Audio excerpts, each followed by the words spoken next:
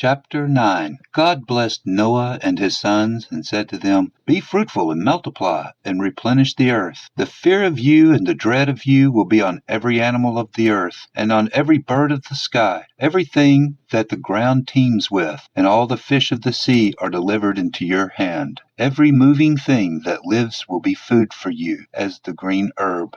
I have given everything to you. But the flesh with its lifeblood you shall not eat. I will surely require your blood of your lives. At the hand of every animal I will require it. At the hand of man, even at the hand of every man's brother, I will require the life of him. Whoever sheds man's blood, his blood will be shed by man. For God made man in his image. Be fruitful and multiply. Bring forth abundantly in the earth, and multiply in it. God spoke to Noah and his sons with him, saying, As for me, behold, I establish my covenant with you, and with your offspring after you, and with every living creature that is with you, the birds, the livestock, and every animal of the earth with you, of all that go out of the ship, even every animal of the earth. I will establish my covenant with you. All flesh will not be cut off any more by the waters of the flood, neither will there ever again be a flood to destroy the earth. God said, This is the token of the covenant which I make between you and me, and every living thing that is with you for perpetual generations. I will set my rainbow in the cloud, and it will be a sign of a covenant between me and the earth. It will happen when I bring a cloud over the earth, that the rainbow will be seen in the cloud. And I will remember my covenant, which is between me and you and every living creature of all flesh. And the waters will no more become a flood to destroy all flesh. The rainbow will be in the cloud. I will look at it, that I might remember the everlasting covenant between God and every living creature of all flesh that is in the earth. God said to Noah, This is the token of the covenant which I have established between me and all flesh that is in the earth. The sons of Noah who went forth from the ship were Shem, Ham, and Japheth. Ham is the father of Canaan. These three were the sons of Noah, and from these the whole earth was populated. Noah began to be a farmer, and planted a vineyard. He drank the wine and got drunk. He was uncovered within his tent. Ham, the father of Canaan, saw the nakedness of his father, and he told his other two brothers outside. Shem and Japheth took a garment and laid it on both their shoulders, and went in backwards, and covered the nakedness of their father. Their faces were backwards, and they did not see their father's nakedness. Jonah awoke from his wine, and he knew what his youngest son had done to him. He said, Canaan is cursed. He will be servant of servants to his brothers. He said, Blessed be Jehovah God of Shem. Let Canaan be his servant. May God enlarge Japheth. Let him dwell in the tents of Shem. Let Canaan be his servant. Noah lived 350 years after the flood. All the days of Noah were 950 years, and he died. Chapter 10. Now this is the history of the generations of the sons of Noah, and of Shem, Ham, and Japheth. Sons were born to them after the flood. The sons of Japheth, Gomer, Magog, Madai, Yavin, Tubal, Meshech, and Tyrus. The sons of Gomer were Ashkenaz, Rephath, and Togarmah. The sons of Javan were Elisha, Tarshish, Kittim, Dodanim. And these were the islands of the nations divided in their lands, every one after his language, after their families, in their nations. The sons of Ham were Cush, Mizraim, Put, and Canaan. The sons of Cush, Seba, Havilah, Sabta, Ramoth, and Sabteka. The sons of Ramah were Sheba and Dedan. Cush became the father of Nimrod. He began to be a mighty one in the earth. He was a mighty hunter before Jehovah. Therefore it is said, like Nimrod, a mighty hunter before Jehovah. The beginning of his kingdom was Babel, Erech, Akkad, and Calneh, in the land of Shinar. Out of that land he went forth into Assyria,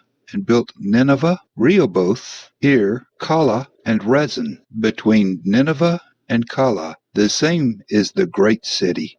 Mizraim became the father of Ludum, Anamim, Lehabim, Naphtuhim, Path-Rusim, Casluhim, which the Philistines descended from, and Caphtorim. Canaan became the father of Sidon, his firstborn, Heth, the Jebusite, the Amorite, the Girgashite, the Hivite, the Archite, the Sinite, the Arvadite, the Zemarite, and the Hamathite. Afterward the families of the Canaanites were spread abroad. The broader the Canaanites was from Sidon, as you go towards Gerar, to Gaza, as you go towards Sodom, Gomorrah, Admah, Zeboim, to Lasha. These are the sons of Ham, after their families, after their languages, in their lands, in their nation. To Shem, the father of all the children of Eber, the elder brother of Japhet. To him also were children born. The sons of Shem were Elam, Asher, Arpachshad, Lud, and Aram. The sons of Aram were Uz, Hul, Gether, and Mash. Arpachshad became the father of Shelah. Shelah became the father of Eber. To Eber were born two sons. The name of the one was Peleg, for in his days the earth was divided. His brother's name was Yoktan. Yoktan became the father of Amodad, Sheleph, Hazarmaveth, Yira, Hadoram, Uzal, Diklah, Obal, Abimel, Sheba, Ophir, Havilah, and Jobab. All these were the sons of Yoktan. Their dwelling was from Misha as you go toward Sephar, the mountains of the east. These are the sons of Shem, after their families, after their languages, in their lands, after their nations. These are the families of the sons of Noah, after their generations, in their nations. Of these were the nations divided in the earth after the flood. Chapter 11. The whole earth was of one language and of one speech. It happened as they traveled east that they found a plain in the land of Shinar, and they lived there. They said one to another, "Come, let us make bricks and burn them thoroughly." They had brick for stone, and they used tar for mortar. They said, "Come, let us build ourselves a city, and a tower whose top reaches to the sky. And let us make for ourselves a name, lest we be scattered abroad on the surface of the whole earth." Jehovah came down to see the city and the tower which the children of men built. Jehovah said, "Behold, they are one people, and they all have one language, and this is what they began to do. Now nothing will be withheld from them which they intend to do. Come, let us go down, and there confuse the language, that they may not understand one another's speech." Thus Jehovah scattered them abroad from there on the surface of all the earth. They stopped building the city. Therefore its name was called Babel, because it was there that Jehovah confused the language of all the earth. From there Jehovah scattered them abroad on the surface of all the earth. This is the history of the generations of Shem. Shem was 100 years old and became the father of Arphaxad 2 years after the flood. Shem lived 500 years after he became the father of Arphaxad and became the father of sons and daughters. Arphaxad lived 35 years and became the father of Shelah. Arphaxad lived 403 years after he became the father of Shelah, and became the father of sons and daughters. Shelah lived 30 years, and became the father of Eber. And Shelah lived 403 years after he became the father of Eber, and became the father of sons and daughters. Eber lived 34 years, and became the father of Peleg. Eber lived 430 years after he became the father of Peleg, and became the father of sons and daughters. Peleg lived 30 years, and became the father of Reu. Peleg lived 209 years after he became the father of Reu, and became the father of sons and daughters. Reu lived 32 years, and became the father of Serug. Reu lived 207 years after he became the father of Serug, and became the father of sons and daughters. Serug lived 30 years, and became the father of Nahor. Serug lived 200 years after he became the father of Nahor, and became the father of sons and daughters. Nahor lived 29 years, and became the father of Terah. Nahor lived 119 years after he became the father of Terah, and became the father of sons and daughters. Terah lived 70 years, and became the father of Abram, Nahor, and Haran. Now this is the history of the generations of Terah. Terah became the father of Abram, Nahor, and Haran. Haran became the father of Lot. Haran died before his father Terah in the land of his birth in Kasdim. Abram and Nabor took wives. The name of Abram's wife was Sarai. The name of Nabor's wife was Milcah, the daughter of Haran, who is also the father of Iscah. Sarai was barren. She had no child. Terah took Abram his son, Lot the son of Haran, his son's son, and Sarai his daughter-in-law, his son's Abram's wife. They went forth from Kasdim to go to the land of Canaan. They came to Haran and lived there. The days of Terah were 205 years. Terah died in Haran. Chapter 12. Now Jehovah said to Abram, Get out of your country and from your relatives, and from your father's house to a land that I will show you, and I will make of you a great nation. I will bless you. I will make your name great. I will be a blessing. You will be a blessing. I will bless those who bless you, and I will curse him who curses you. All of the families of the earth will be blessed in you. So Abram went as Jehovah had spoken to him. Lot went with him. Abram was 75 years old when he departed out of Haran. Abram took Sarai his wife, Lot his brother's son, and their substance that they had gathered, and the souls whom they had gotten in Haran. And they went forth to go into the land of Canaan. Into the land of Canaan they came. Abram passed through the land to the place of Shechem, to the oak of Moreh. The Canaanite was in the land. Jehovah appeared to Abram and said, I will give this land to your seed. He built an altar to Jehovah to appear to him. He left from there to the mountain on the east of Bethel, and pitched his tent, having Bethel on the west and Ai on the east. There he built an altar to Jehovah, and called on the name of Jehovah. Abram traveled, going on still towards the south. There was a famine in the land. Abram went down into Egypt to live as a foreigner there, for the famine was severe in the land. It happened when he had come near to enter Egypt, and he said to Sarai his wife, See now, I know that you are a beautiful woman to look at. It will happen that the Egyptians will see you, and they will say, This is his wife. They will kill me, but they will save you alive. Please, say that you are my sister, that it may be well with me for your sake, and that my soul may live because of you. It happened that when Abram had come into Egypt, the Egyptians saw that the woman was very beautiful. The princes of Pharaoh saw her and praised her to Pharaoh, and the woman was taken into Pharaoh's house. He dealt well with Abram for her sake. He had sheep, cattle, male donkeys, male servants, female donkeys, and camels. Jehovah plagued Pharaoh and his house with great plagues because of Sarah, Abram's wife. Pharaoh called Abram and said, What is this you have done to me? Why didn't you tell me that she is your wife? Why did you say she is my sister, so that I took her to be my wife? Now, therefore, see, take your wife, and go your way. Pharaoh commanded men concerning him, and they brought him on the way with his wife and all that he had.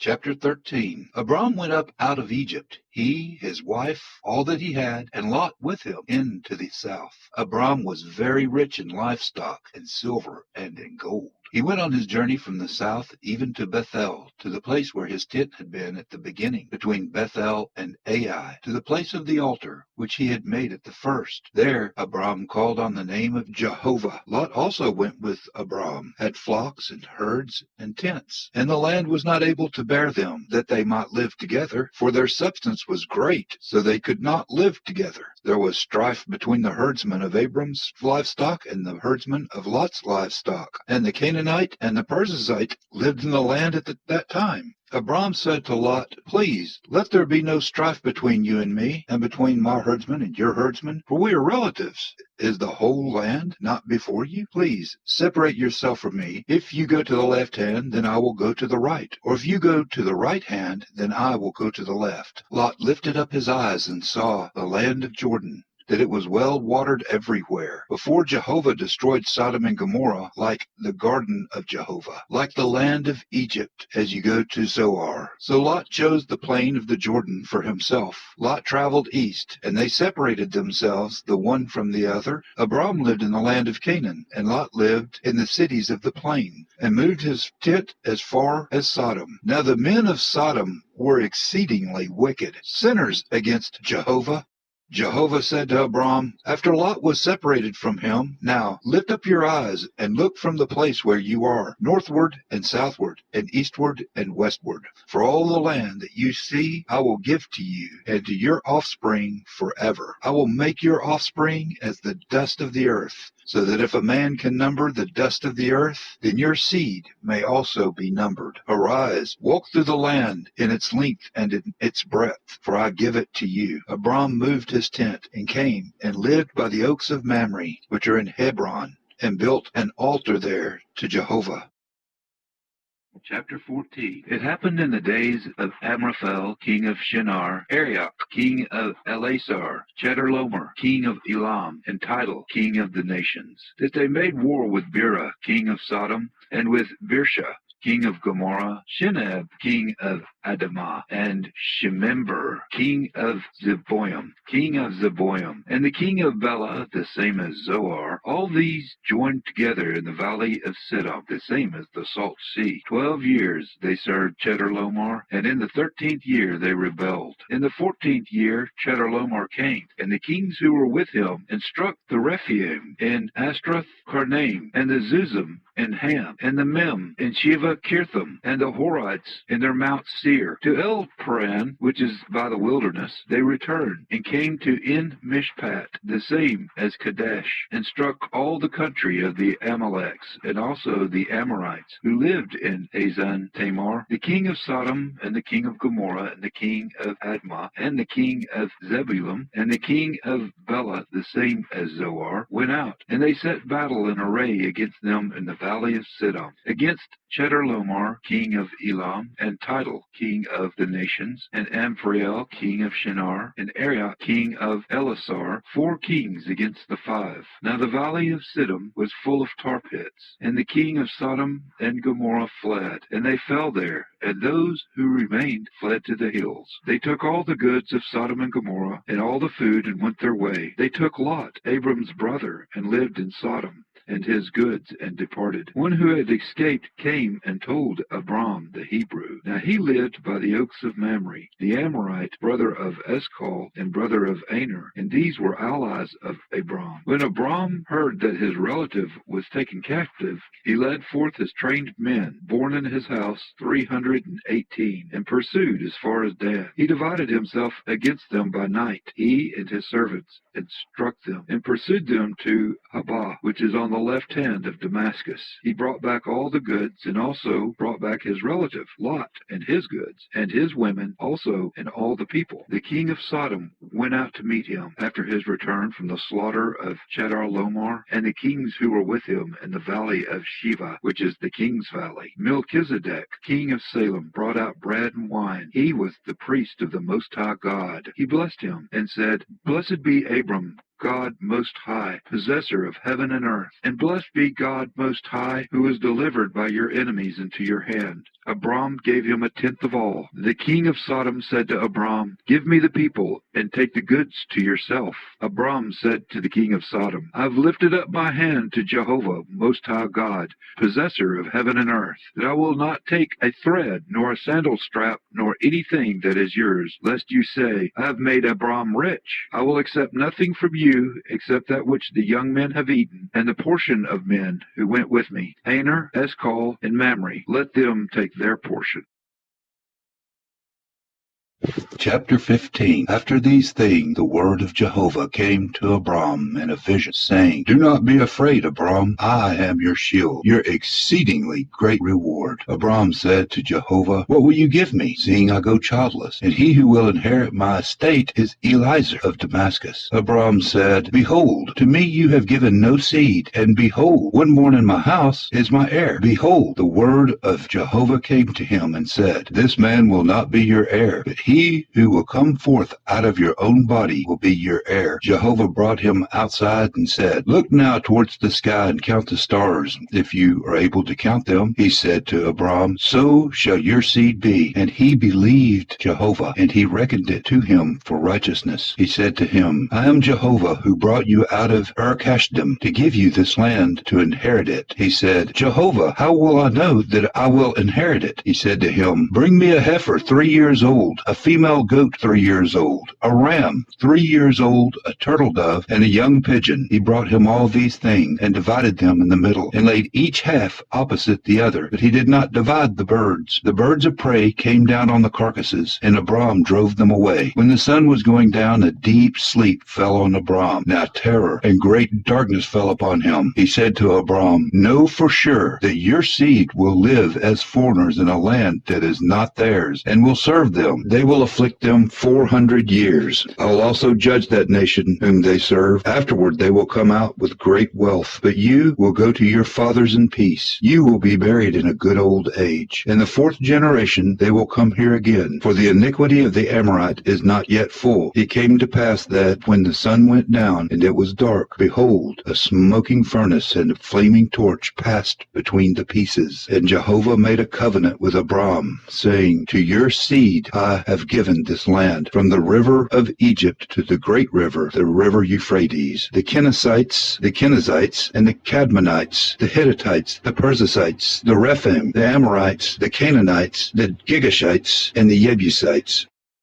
Chapter 16. Now Sarai, Abram's wife, bore him no children. She had a handmaid, an Egyptian, whose name was Hagar. Sarai said to Abram, "Look now, Jehovah has restrained me from bearing. Please go into my handmaid. It may be that I will obtain children by her." Abram listened to his wife Sarai. Sarai, Abram's wife, took Hagar, the Egyptian, her handmaid, after Abram had lived 10 years in the land of Canaan, and gave her to Abram, her husband, to be his wife. He went in to Hagar, and she conceived. She saw that she had conceived. I was despised in her eyes. Jehovah judged between me and you. But Abram said to Sarah, "Behold, your maid is in your hand. Do to her whatever is good in your eyes." Sarah dealt harshly with her, and she fled from her face. The angel of Jehovah found her by a fountain of water in the wilderness, by the fountain in the way of Shur. He said, "Hagar, Sarai's handmaid, where did you come from? Where are you going?" She said, "I am fleeing the face of my mistress Sarai." The angel of Jehovah said to her, "Return to your mistress and submit yourself under her hands." The angel of Jehovah said to her, "I will greatly multiply your seed, that they will not be numbered for multitude." The angel of Jehovah said to her, "Behold, you are with child, and will bear a son. You shall call his name Ishmael, because Jehovah has heard your affliction. He will be like a wild donkey among men. His hand will be against every man, and every man's hand against him. He will live opposite all his brothers." She called the name of Jehovah who spoke to her, "You are a God who sees." For she said, "Have I even stayed alive after seeing him?" Therefore the well was called Beer Lahai Roi. Behold, it is between Kadesh and Bered. Hagar bore a son for Abraham. Abraham called the name of his son, whom Hagar bore, Ishmael. Abram was 86 years old when Hagar bore Ishmael to Abram.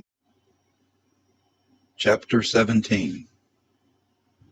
When Abram was 99 years old, Jehovah appeared to Abram and said to him, "I am El Shaddai. Walk before me and be blameless. I will make my covenant between me and you, and will multiply you exceedingly." Abram fell on his face. God talked with him, saying, "As for me, behold, my covenant is with you. You will be the father of a multitude of nations. Neither will your name any more be called Abram, but your name will be Abraham. For I have made you the father of a multitude of nations. I will make you exceedingly fruitful, and I will make nations of you. Kings will come out of you. I will establish my covenant between me and you and your seed after you throughout their generations for an everlasting covenant, to be a God to you and to your seed after you. I will give to you and to your seed after you the land where you are traveling, all the land of Canaan, for an everlasting possession. I will be their God." God said to Abraham, "As for you, you will keep my covenant, you and your seed after you throughout their generations. This is my covenant, which you shall keep between me and you and your seed after you. Every male you shall circumcise. You shall be circumcised in the flesh of your foreskin. It will be a token of the covenant between me and you. He who is 8 days old will be circumcised among you. Every male throughout your generations, he who is born in the house or bought with money from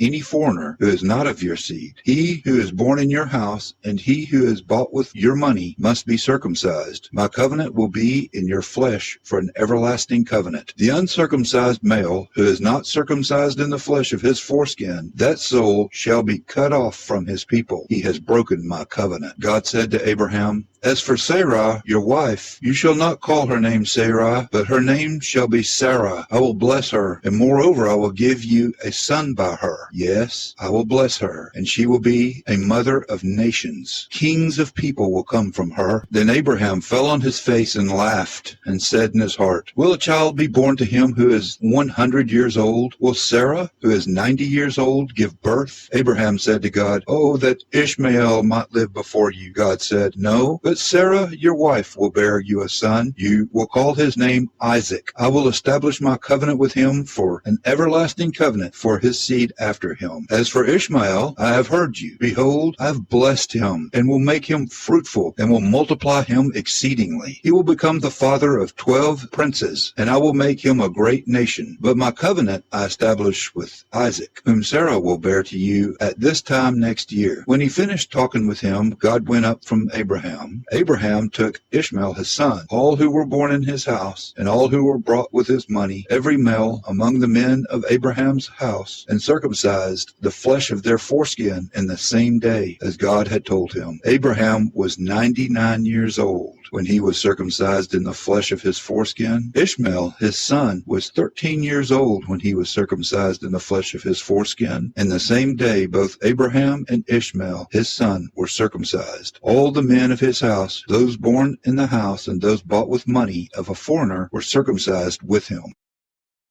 Chapter 18. Jehovah appeared to him by the oak of Mamre, as he sat in the tent door in the heat of the day. He lifted up his eyes and looked, and saw that 3 men stood opposite him. When he saw them, he ran to meet them from the tent door, and bowed himself to the earth, and said, My Lord, if now I have found favor in your sight, please do not go away from your servant now. Let a little water be fetched. Wash your feet, and rest yourselves under the tree. I will get a morsel of bread, so that you can refresh your heart. After that you may go your way, now that you have come to your servant. And they said, Very well, do as you have said. Abraham hurried into the tent to Sarah and said, Quickly, make ready 3 measures of fine meal, knead it, and make cakes. Abraham ran to the herd and fetched a tender and good calf, and gave it to the servant. He hurried to dress it. He took butter, milk, and the calf that he had dressed, and set it before them. He stood by them under the tree, and they ate. They asked him, Where is Sarah, your wife? He said, See, in the tent. He said, I will certainly return to you when the season comes around. Behold, Sarah your wife will have a son. Sarah heard in the tent door, which was behind him. Now Abraham and Sarah were old, well advanced in age. It had ceased to be with Sarah after the manner of women. Sarah laughed within herself, saying, After I have grown old, will I have pleasure, my Lord being old also? Jehovah said to Abraham, Why did Sarah laugh, saying, Will I really bear a child, yet am I old? Is anything too hard for Jehovah? At the set time I will return to you, when the season comes around, and Sarah will have a son. Then Sarah denied, saying, I did not laugh, for she was afraid. She said, No, but you did laugh. The men rose up from there and looked towards Sodom. Abraham went with them to see them on their way. Jehovah said, Will I hide from Abraham what I do, seeing that Abraham has surely become a great and mighty nation, and all the nations of the earth will be blessed in him? For I have known him, to the end that he may command his children and his household after him, that they may keep the way of Jehovah, to do righteousness and justice, to the end that Jehovah may bring on Abraham that which he has spoken of him. Jehovah said, Because the cry of Sodom and Gomorrah is great, and because their sin is very grievous,